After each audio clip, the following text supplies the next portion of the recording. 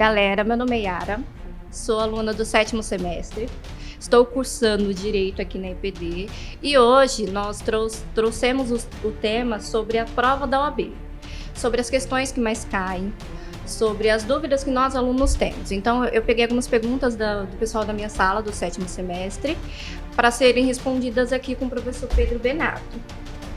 Então, as perguntas foram abordadas voltadas para a questão dos alunos que trabalham, que estudam, que não tem muito tempo.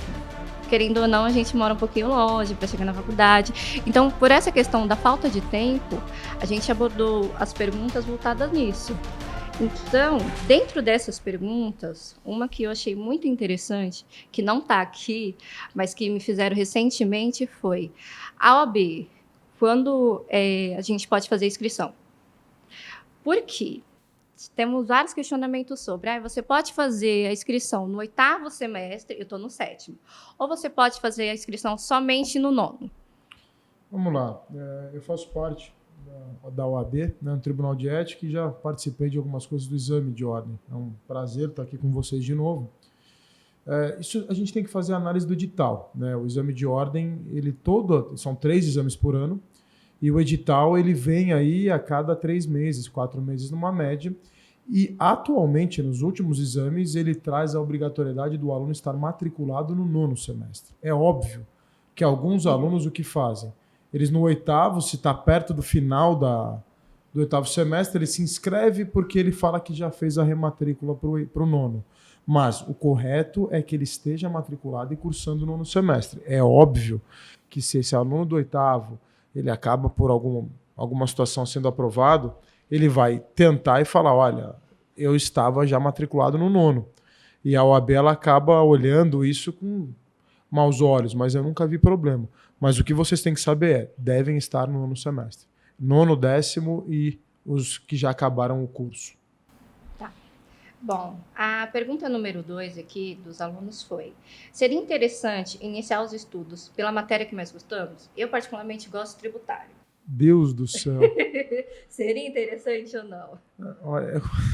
Tributário é difícil, né? Ai, eu adoro. Mas vamos lá. Eu falo que a primeira fase ela é estratégia, né? Porque não adianta você querer fazer, por exemplo, tributário são 5 questões, né? Eu sempre recomendo que vocês estudem matérias-chave, porque, obviamente, no dia da prova, vocês já tiveram conteúdo na graduação? Sim. Mas terão matérias que vocês terão mais afinidade e umas com menos.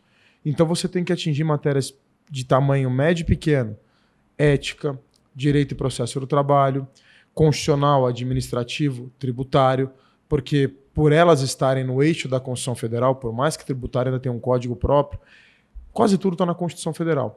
Então você, com essas matérias de curto e médio alcance, você já consegue um número alto de questões na OAB.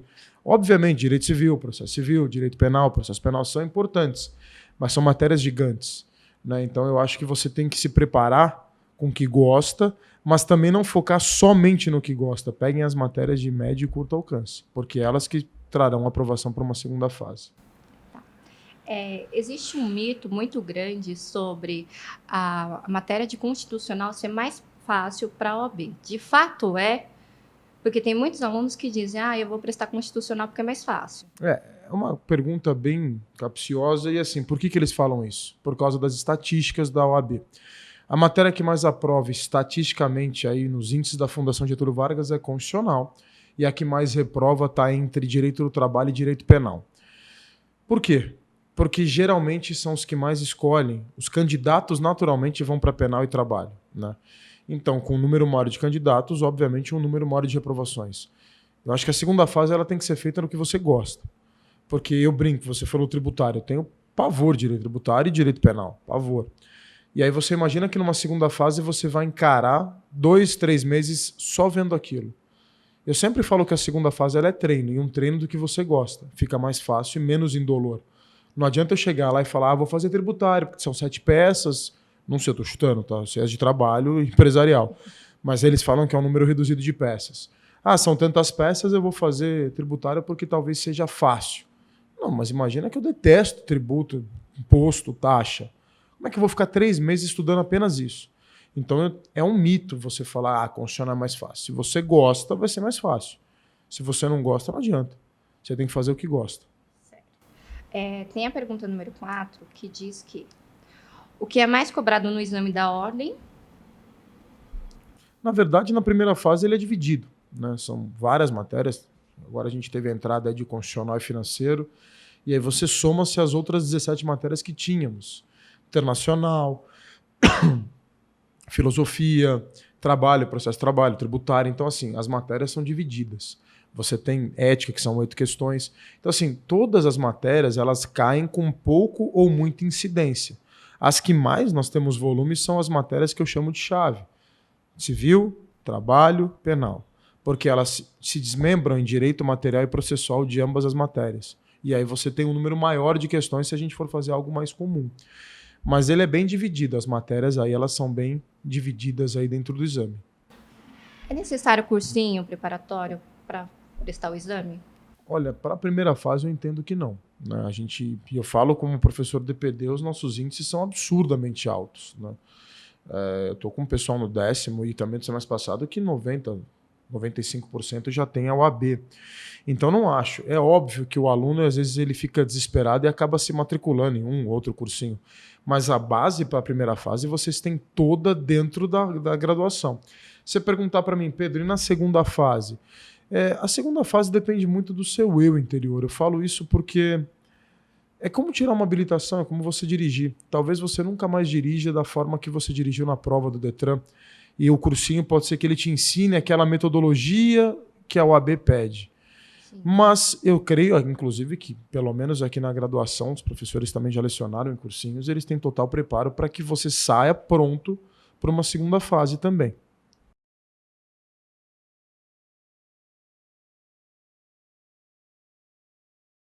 Segunda fase, né? Isso. Primeiro ponto, que você escolha uma matéria que você goste. Eu já até falei isso agora, mas reitero. Não adianta nada você escolher algo que você não vai com a cara. E o segundo, treino. Não adianta você achar que a segunda fase é apenas conhecimento. É muito treino. Eu brinco aí que são as horas bunda. Você sentar a bunda na cadeira e treinar o dia inteiro peça. Porque não tem para onde fugir. É interessante fazer a segunda fase com mais objetividade na prova ou não? Totalmente. Se você pegar os gabaritos da Fundação Getúlio Vargas, eu costumo passar aqui nas salas, a OAB ela gosta de coisas objetivas. Então, se você olhar para o exame de ordem, são 4 questões com 2 alternativas geralmente. Você pega o gabarito da OAB, uma linha, 2 linhas no máximo. Eles querem a resposta e a fundamentação. Não adianta, eu sei que a gente gosta de escrever, por óbvio. Mas no exame da OAB, quanto mais objetividade, melhor. Você imagina que é um examinador corrigindo trilhões de peças, trilhões de questões. Ele quer achar a resposta-chave, ele quer achar a pontuação que você necessita. Bom, o que é mais cobrado na segunda fase? Existem matérias mais fáceis para a segunda fase ou não? Não. Na verdade, a segunda fase ela é composta de 4 questões e uma peça, né? Elas são divididas aí em 5 pontos cada. Cada questão valendo 1,25 ponto e a peça vale 5 pontos. Então, assim, o que eles cobram? Direito material e processual, independente da área que você escolha. Então, se escolher o direito de trabalho, você vai ter que achar a peça trabalhista que é inicial, recurso ordinário, contestação, e você vai ter que, nas 4 questões, localizar as teses, que podem ser de direito material ou direito processual. Os 2 pontos acabam caindo lá na OAB. Tá. A pergunta número 13 é: como a OAB enxerga o campo de atuação do advogado nos próximos 5 e 10 anos? Por que essa pergunta? A gente sabe que atualmente a gente tem muitos alunos prestando para a OAB e temos muitos advogados no mercado. Então, como que seria? Olha, de fato, eu acho que a gente tem muitos cursos de direito no Brasil, né? Nós somos o recordista aí mundial de cursos abertos, né? Mas eu acho que a OAB ela prepara você para a vida profissional até certo ponto. As pessoas têm medo daqui 5, 10 anos, como é que vai estar o direito, a inteligência artificial, os contratos. Eu acho que a inteligência artificial ela está aí, mas você tem que utilizá-la como aliado. Óbvio que você não pode sair copiando aí. Eles até inventam precedentes em alguns casos, mas ela é muito importante e ela está cada vez mais afiada, né? Daqui 5, 10 anos eu vejo o mercado do direito cada vez mais nichado. Por que eu falo isso? As áreas estão surgindo, a gente vê o direito digital, que ele vem com força, mas eu não acho que o direito digital, por exemplo, é uma matéria sozinho. O direito digital está dentro do direito do trabalho, dentro do empresarial, dentro do penal, dentro de tudo. né? E a gente vê muitas áreas que são inexploradas pelos candidatos, pelos advogados novos. Ou veja você está fazendo, não sei se você faz estágio, como é que está a sua vida profissional, mas dificilmente você conhece um advogado que mexe com direito agrário, um advogado que mexe com direito marítimo. As pessoas não pegam essas áreas que não conhecem. O advogado ele fica muito naquele campo de atuação A. Mas eu acho que tem espaço para muita gente ainda e gente boa. Eu falo isso porque o copia e cola todo mundo faz. Então, o que vai se destacar daqui 5, 10, 20, 30 anos? Aquele cara ou aquela mulher que tem qualidade. Ela consegue ler, ela consegue achar pontos que os outros não observam. Você vai fazer o igual. Então, eu acho que dentro desse ramo que o senhor mesmo disse sobre o agrário, eu sou contadora. E eu vejo que na contabilidade a gente também tem isso. Então, e falta muitos profissionais nesse ramo, dentro da contabilidade. E no direito, eu percebo também que não temos tantos profissionais. Até mesmo o direito tributário nesse ramo também, eu não vejo tantos profissionais ou tantos conteúdos que possam embasar o nosso conhecimento. Então, achei interessante. Agora eu entendi porque você falou que quer fazer contadora, por isso que é tributário, viu? É porque eu acho que para mim seria mais fácil. Não, agora faz todo sentido. Bom, pronto. Essa foi a pergunta número 13, agora vai ser a 16. Na verdade, a 16, ela traz a questão da quantidade de advogados que nós temos no país. O senhor já respondeu essa pergunta, então vou pular ela. A 17 É só um adendo importante falar, a gente bateu um pouco mais de 1 milhão de advogados hoje, 1 né? 1.400.000. E a gente olha que é a OAB São Paulo, mas uma coisa que a gente tem que levar em consideração é que a OAB São Paulo está com o número 500 mil, mais ou menos, 400 mil. Acho que 500 mil, porque a minha é 325. Vários já não estão mais na ativa, né? Eu cito a minha avó, por exemplo, da 45 mil, ela sequer está viva. Então, assim, muitos já nos deixaram aí no caminho. Então, nesse caso que o senhor mesmo abordou, são muitos advogados, é uma área muito extensa. O que o senhor indica assim, para nós, como estudantes de direito mesmo? Estou iniciando na profissão. O que o senhor indica assim, para nós desenvolver melhor?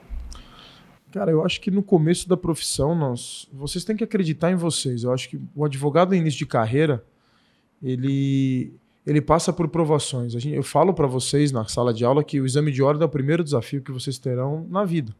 Mas no primeiro de muitos. Imaginem que vocês vão ter aí inúmeros processos, inúmeros casos, e o começo de carreira não é fácil. A gente não é ilusório achar que você vai sair da faculdade ganhando rios de dinheiro, achando que vai defender as maiores empresas do país. Não, mas eu acho que o seu trabalho, boca a boca, e a persistência, porque nós sabemos que se você tem e já está provado isso, se você consegue um tempo de mercado para manter seu nome, em 2 anos, 2 anos e meio, o seu escritório vira. Ou você acaba optando por trabalhar em empresas. Ou para alguns candidatos, eles querem advogar para passar em concurso público. Então vai muito do viés, da ideia da pessoa, né? Eu sempre quis essa questão da advocacia, da docência, então a gente acaba, graças a Deus, deu tudo certo. Mas eu também persisti, não pense que o caminho foi fácil. Não é ainda, né? A gente fala, eu estou há 10 anos aí na sala de aula e não é. Meu Deus, 10 anos é tempo, hein? Jesus Cristo. Bom, e como professor, essa área, porque tem alguns alunos na sala que querem ser professores. O que você indica para essa galerinha aí? Eu já vou convidar para o mestrado da EPD, né? Nós temos aqui, porque você tem 2 caminhos na carreira, né? Você pode fazer a pós-lato sensu, que é voltado para o seu profissional. Então o cara sai da faculdade, faz a pós-graduação, que eu brinco que o pior ano da faculdade é o 6º ano. Sabe, Pedro, mas são 5.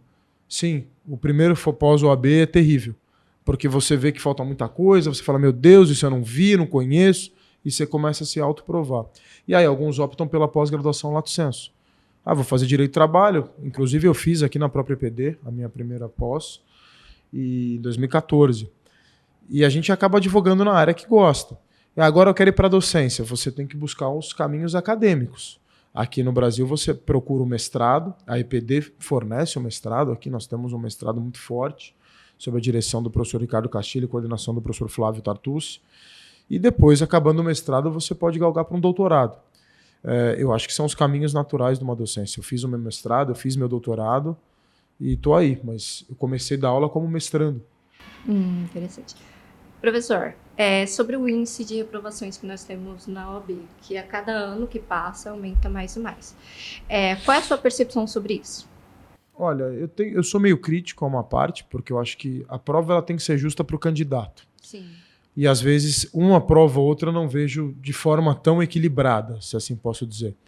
Mas também coloco isso muito na conta aí da expansão dos cursos de direito no país, né? Nós temos inúmeros cursos e a OAB mesmo ela traz aí algumas posições contrárias, essa abertura desenfreada, mas eu não acho que é algo impossível. Eu sempre falo a vocês irão passar na OAB.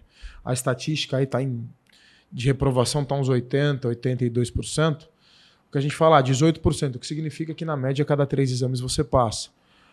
O que eu sempre falo para o aluno é o seguinte: se não passou no domingo, o exame é domingo é o dia de você ficar bravo, né? Na segunda-feira você tem que recomeçar, porque o exame ele pensa nisso, ele fala, poxa, vamos reprovar os candidatos. Não, não é assim.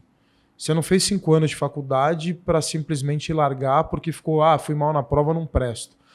Eu sempre falo a vocês o seguinte: o exame da OAB está longe de medir sua inteligência. Ela mede a sua capacidade de decorar algum tipo de coisa. Por isso que existem os cursinhos preparatórios para te treinar para aquele ponto. Eles sabem mais ou menos fazer um corte. E na graduação agora os professores também sabem fazer esse corte. Porque você tem aí um caminho um pouco mais simples. Mas o fato de você passar na primeira ou passar na quinta, sexta, não te torna mais burro ou mais inteligente. Eu sempre falei isso porque às vezes eu vejo aluno que reprova e minha preocupação sempre é com esse cara que reprova, né? Ele se põe em dúvida.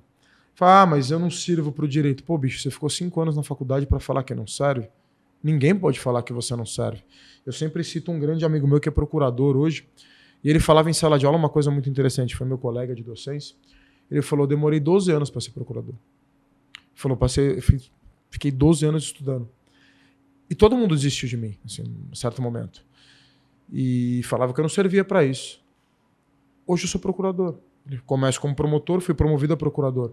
Ele falou, você acha que alguém pergunta quantos anos eu demorei? Pergunta a minha profissão. Sou promotor, sou procurador. E para o advogado não é diferente. Interessa, o cliente não vai chegar para você e falar, filho, quantos exames da OAB você prestou? Não, ele vai perguntar, você é advogado? E aquela bem boa, né? Com carteirinha e tudo? Não, com carteira e tudo, né?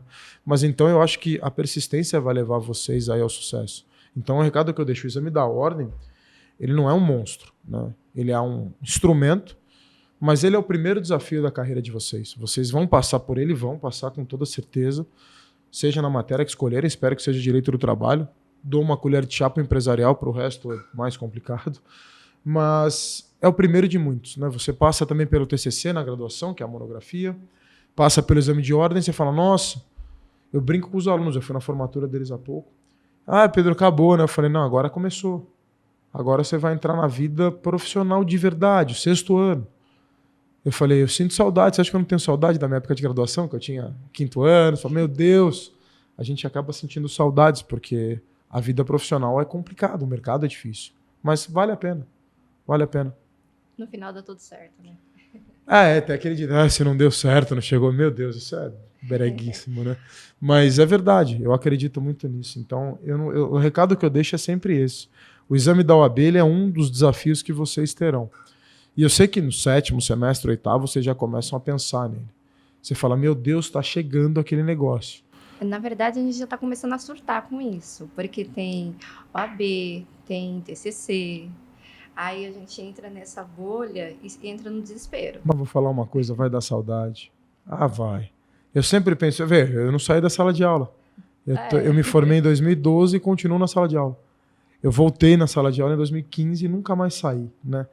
Então, eu acho que assim, eu vi passar muita gente já, né? Eu brinco aí, mas são mais de 5.000 alunos, 6.000 alunos que eu vi indo embora, encontro nos tribunais, e é uma alegria eu encontrá-los na vida profissional. Às vezes eu vejo também rede social, eu fuço nas redes sociais e fico muito feliz em ver o sucesso. Significa que você está no caminho. Então você como contadora, daqui a pouco no direito tributário, no escritório grande ou no seu próprio, que já tem sua rede de clientes, agora eu sou advogada tributarista também. Isso para nós, o professor, o sucesso nosso é ver vocês bem. A gente se mata, porque eu brinco, você acha que o professor na sexta-feira à noite, ele tá lá trabalhando. Vocês às vezes estão no bar. Vocês estão em casa estudando, Não, e depende, tem dias em dias, né? Mas nós estamos na sala de aula. E eu sempre falo que é uma profissão que a gente abre mão de muita coisa para vocês, né? E o nosso sucesso é ver vocês tendo sucesso na carreira. A gente sabe que tem hora para tudo. Tem hora para vocês saírem, ver amigos, tem hora para estudar. E quando começa a vida profissional e vocês voam, para nós é satisfatório demais. Bom, sobre o exame, Pro. Eu perguntei agora sobre o índice de reprovação, que é muito grande. E dentro disso, no índice de reprovação, isso ocorre por causa da alta complexibilidade da prova, hoje em dia, ou é a questão acadêmica dos alunos não se dedicarem tanto assim? Na sua opinião. Eu não ponho só a culpa no acadêmico. Eu acho que a prova ela vem com às vezes eu tenho pego alguns exames com um certo grau de dificuldade tremendo. E eu brinquei uma vez, inclusive, na própria OAB, lá com os colegas, eu falei, pô, se a gente colocar o exame aqui para vários aqui, eu tenho certeza que vários aqui vão tropeçar. Não adianta você fazer... A gente tem que exigir um conhecimento do candidato, por óbvio. Mas eu acho que a gente tem que entender até onde ele pode ir e o conhecimento básico do direito. É óbvio, eu sou um cara favorável ao exame, mas ele tem que ser justo. E, logicamente, eu acho que o aluno, na primeira vez, e por isso que a gente fala daquelas 3 tentativas, né, que ele acaba passando, é uma média de... Uns passam na primeira, outros na quinta, sexta, mas a média é que em 2, 3 exames o candidato seja aprovado. Porque a primeira vez ele vai naquela situação, uns vão no nono, vou sentir como é a prova, tá uma porrada.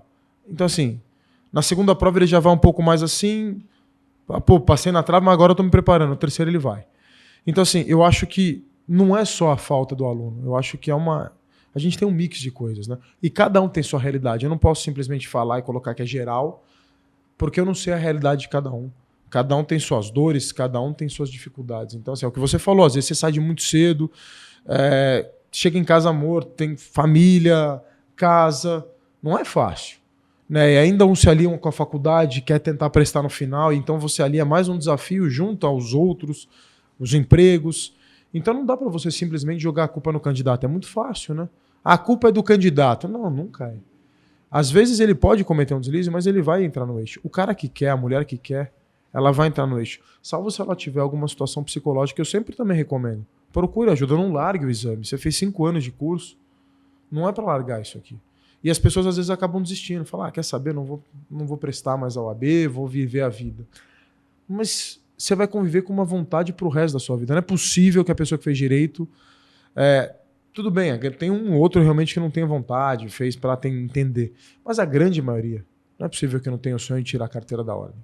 Então, assim, eu acho que a gente tem que correr atrás dele. Seja como for. Bom, a pergunta que eu tenho aqui agora é sobre... O exame da ordem hoje é composto por 80 questões.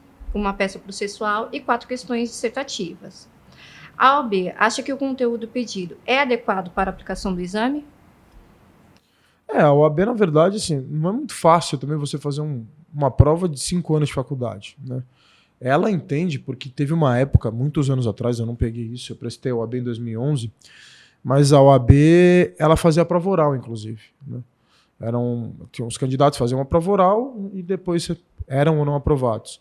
A OAB, no seu colégio, entende que é a melhor forma de se avaliar um candidato, com 2 fases, uma prova dissertativa, né, e uma de múltipla escolha, de modo que a primeira fase é de múltipla escolha. Você fala, Pedro, qual que é o método ideal? Não é fácil. Aonde eles fizerem vão ter críticas. E eles se baseiam muito na prova dos concursos públicos também, né? Você pega aí os concursos, eles são divididos em concursos dissertativos. Começa com múltipla escolha, igualzinho a primeira fase da ordem, e aí eles partem para as fases que são escritas, e aí por fim tem a fase oral, que a OAB não coloca. Mas dentro do que nós temos hoje, eu acho um método ok. E assim, você tem que lembrar que na OAB você não tem concorrência, né? Você concorre com você mesmo. Ou você tira aquilo, ou você tira aquilo. Você não está competindo com o colega do lado. Você está tentando fazer o seu. Eu acho importante isso que o senhor trouxe sobre o acreditar. Porque muitas vezes nós somos julgados até mesmo por colegas de sala, por assim, você não tem conhecimento, mas cada um tem o seu modo de aprendizado, cada um tem o seu jeito. E eu acho importante a gente enfatizar sobre qual é o seu modo de estudar, qual é o seu modo de crescer, qual é o seu modo de se autodesenvolver. Isso é importante para nós como alunos. E quando nós temos professores como o senhor, que enfatiza isso, que nos instiga a ser melhor todos os dias, isso é importante. Então, queria te agradecer por isso. Não, que isso, eu acho que a gente faz nosso papel. Tinha aquela coisa lá que, para que serve um professor, né? É numa charge que eu sempre vejo. Na pior das hipóteses, ele faz a diferença. Eu acho que nós estamos aqui, quem é professor e se propõe a isso, tá para fazer a diferença. E se a gente não acreditar em vocês, pelo amor de Deus, eu tô no caminho errado. Eu largo o que eu tô fazendo e vou ter outra profissão, né? Eu acho que nós estamos aqui para levá-los ao caminho. Eu brincava lá que a gente está tocando ali a orquestra e vocês vão saindo dela. E vai entrando gente nova e a gente está lá. A gente tem que continuar tocando. E eu sempre falo, o dia que a gente perde o sonho e o propósito, e o brilho no olhar de ensinar, porque já deu.